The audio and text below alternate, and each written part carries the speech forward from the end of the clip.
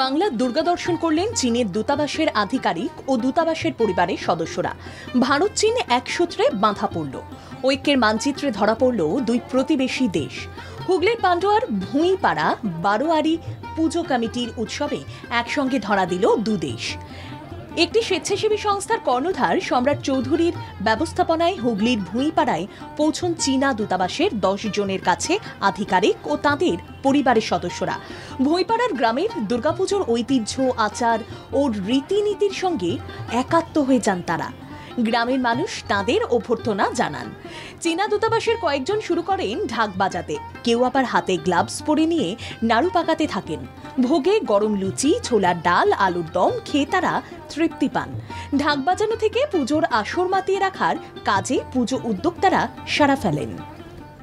ওনারা এখানে আসার পরে প্রথম কথা ঢাক বাজালেন, গ্রামের বাচ্চাদের নাচ দেখলেন, নিজেরাও একটুখানি ঢাকের তালে একটু নাচলেন। তারপরে যেটা খুব এক্সাইটিং সেটা হচ্ছে আলপনা দিয়েছেন, নারকেলের নাড়ু বানিয়েছেন এবং ওনারা তারপরে উঠে আরতি দিয়েছেন এবং মাকে পুজো দিয়েছেন।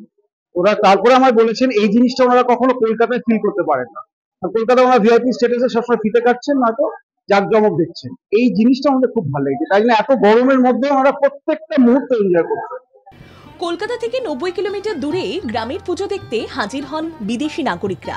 ষষ্ঠীর সকালে পান্ডুয়ার ভুঁইপাড়া বারোয়ারি পুজো কমিটির দুর্গাপুজোয় হাজির হন 10 জনের কাছে চীনা নাগরিক। স্বেচ্ছাসেবী সংস্থার পক্ষ থেকে এই উদ্যোগ নেওয়া হয়।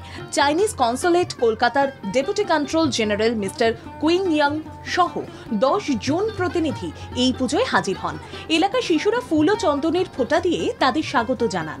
পরে ঢাক বাজান, আলপনা দেওয়া, নাড়ু পাকানো ও মা দুর্গার সামনে আরতি করেন তারা।